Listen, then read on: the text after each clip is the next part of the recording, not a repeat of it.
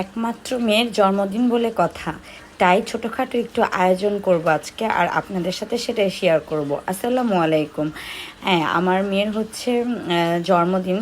তো ওর আগের দিন রাতে হচ্ছে আমি একটু পায়েস রান্না করে রাখতেছিলাম। তো এবার তো মানে বাহিরের অবস্থা ভালো না, রাস্তাঘাটের অবস্থা খুবই খারাপ, যেহেতু অনেক গ্যাঞ্জামে পড়ে। এখনও কারফিউ চলতেছে, কিছু কিছু সময়ের জন্য কারফিউ তুলে নেওয়া হচ্ছে, আবার কারফিউ চলছে। তো এর মধ্যে এবার আর বাইরে আমরা যাব না, তো বাসায় একটু ছোটোখাটোভাবে আমরা একটু ওর বার্থডেটা সেলিব্রেশন করব।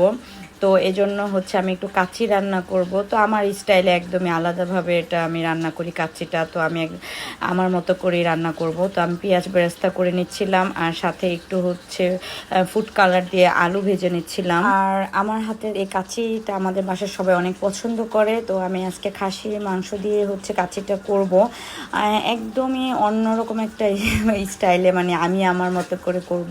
দমে দিব না, আমি জাস্ট আলাদা আলাদা করে বিরিয়ানির মতো করে রান্না করব বাসমতি চাল দিয়ে।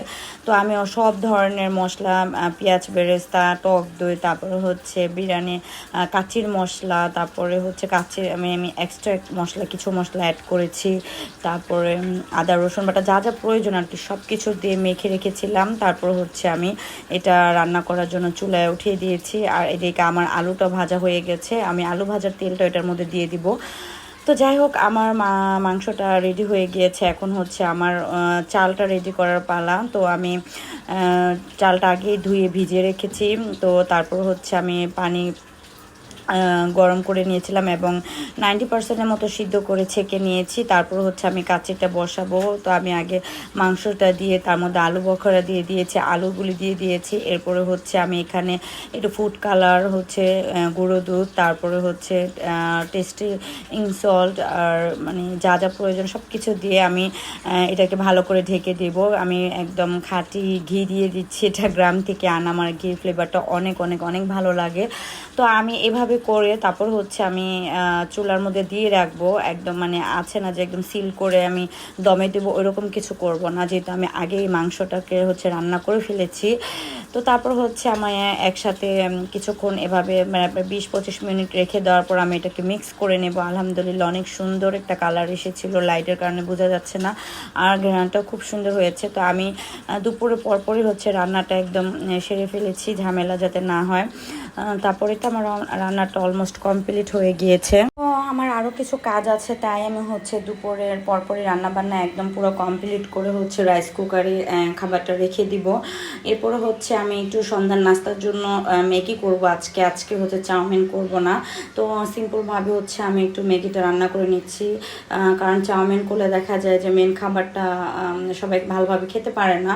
তাই ভাবলাম যে একটু ম্যাগি রান্না করি। এখানে 7-8 প্যাকেটের মতো ম্যাগি ছিল, ওটা আমি হচ্ছে রান্না করে নিচ্ছি। আর এদিকে যারা হচ্ছে কাচ্চি খায় না, এই জন্য ওর জন্য একটু পোলাও আর আলাদা করে হচ্ছে একটু মুরগি রান্না করা ছিল, ওটাই আমি ওর জন্য করে নিচ্ছিলাম। যারার জন্য ছোটো মিনি রাইস কুকারে রান্না করে নিচ্ছিলাম। ভাবলাম যে আমরাও হয়তো বা যদি খেতে চাই পোলাও, এই জন্য আবার অল্প করে রান্না করেছি। এদিকে আমার নুডলসটা হয়ে গিয়েছে। তো আমি সন্ধ্যার আগে হচ্ছে নুডলসটা বসিয়ে দিয়েছি। তো এই নুডলসটা বাসায় মোটামুটি সবাই পছন্দ করে ম্যাগিভাবে রান্না করলে।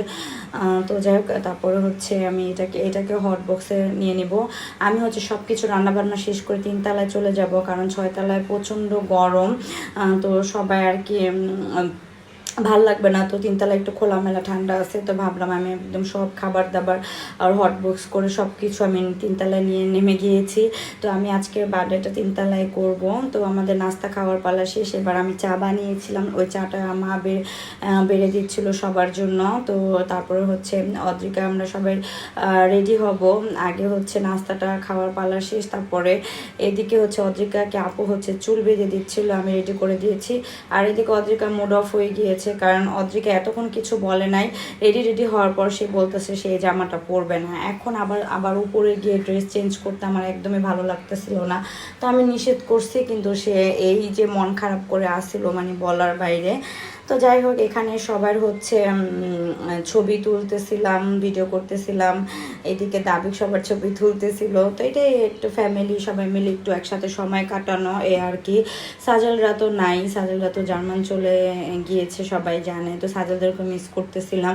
তো আমরা যে এই দুইটা ফ্যামিলি বাংলাদেশে আছি, এই দুইটা ফ্যামিলি আমরা হচ্ছে একটু একসাথে হলাম আর কি। কেক টেক কাটবো, একটু রাতে খাওয়া দাওয়া করবো, এ হচ্ছে আমাদের জন্মদিন, আর কিছুই না। তো মা আব্বা হচ্ছে ছবি তুলতে চাচ্ছিল না, তাই জোরাজোরি করি নাই। তো আর এই যে অদ্রিকা কেকটাও বাবা নিয়ে আসছে, তো রেডি। তো অদ্রিকা এখানে একটু মনটা ভালো হয়েছিল। তারপরে এখান থেকে মানে একটু হাসতেছিল, আর প্রত্যেকটা ছবিতে রেগে রেগেছিল। তো আমার মনটা অনেক খারাপ হয়ে গিয়েছে, ছবিগুলো দেখে ওর সাথে অনেক রাগ করেছি। আর এই তো সে বার্থডে কেক কাটছে। তো যাই হোক, দেখতে দেখতে মেয়ে বড় হয়ে যাচ্ছে। সবাই অদ্রিকার জন্য অনেক দোয়া করবেন, ও যেন একজন ভালো মনের মানুষ হতে পারে আর জীবন অনেক বড় হতে পারে। সবাই দোয়া করবেন, একজন সৎ আদর্শ মানুষ হয়।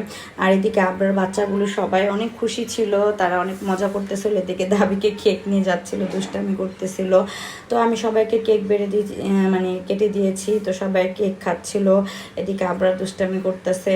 তো যাই হোক, এই মোমেন্টগুলি সবচেয়ে ভালো লাগে, আর এগুলি স্মৃতি হিসাবে থেকে যার কিছুই না, সময় তো চলেই যায়। তো তারপর আমরা সবাই মিলে খাওয়া দাওয়া করতে বসে পড়বো। তো আমি সালাদটা কেটে নিয়েছি, আর এদিকে হচ্ছে কুকার থেকে খাবার টাবার সব বের করে নিচ্ছিলাম আমি। তো এখন সবাই মিলে রাতের খাবারটা খেয়ে নিব। তো অনেক রাত হয়ে গিয়েছে, প্রায় 11টা বেজে গিয়েছে। তো সবাই মিলে হচ্ছে অনেক গল্প গুজব করছিলাম আর খাচ্ছিলাম। আমি খাওয়ার ক্লিপটা ভালোভাবে নিতে পারি নাই। তো খাবার শেষে হচ্ছে আমি তো পায়েসটা বেড়ে নিচ্ছিলাম। পায়েসটা আগে ঠান্ডা করা হয়েছে, আগের দিন রান্না করে। তো আমার ব্লগটা কেমন লাগছে, কে কোথা থেকে দেখছেন, সবাই একটু কমেন্টস করে জানাবেন। আর আমাদের জন্য সবাই অনেক অনেক দোয়া করবেন, পারলে হচ্ছে একটু শেয়ার করে দিবেন। তো সবাই ভালো থাকবেন, সুস্থ থাকবেন। তো আজকে এই পর্যন্তই, আল্লাহ হাফেজ।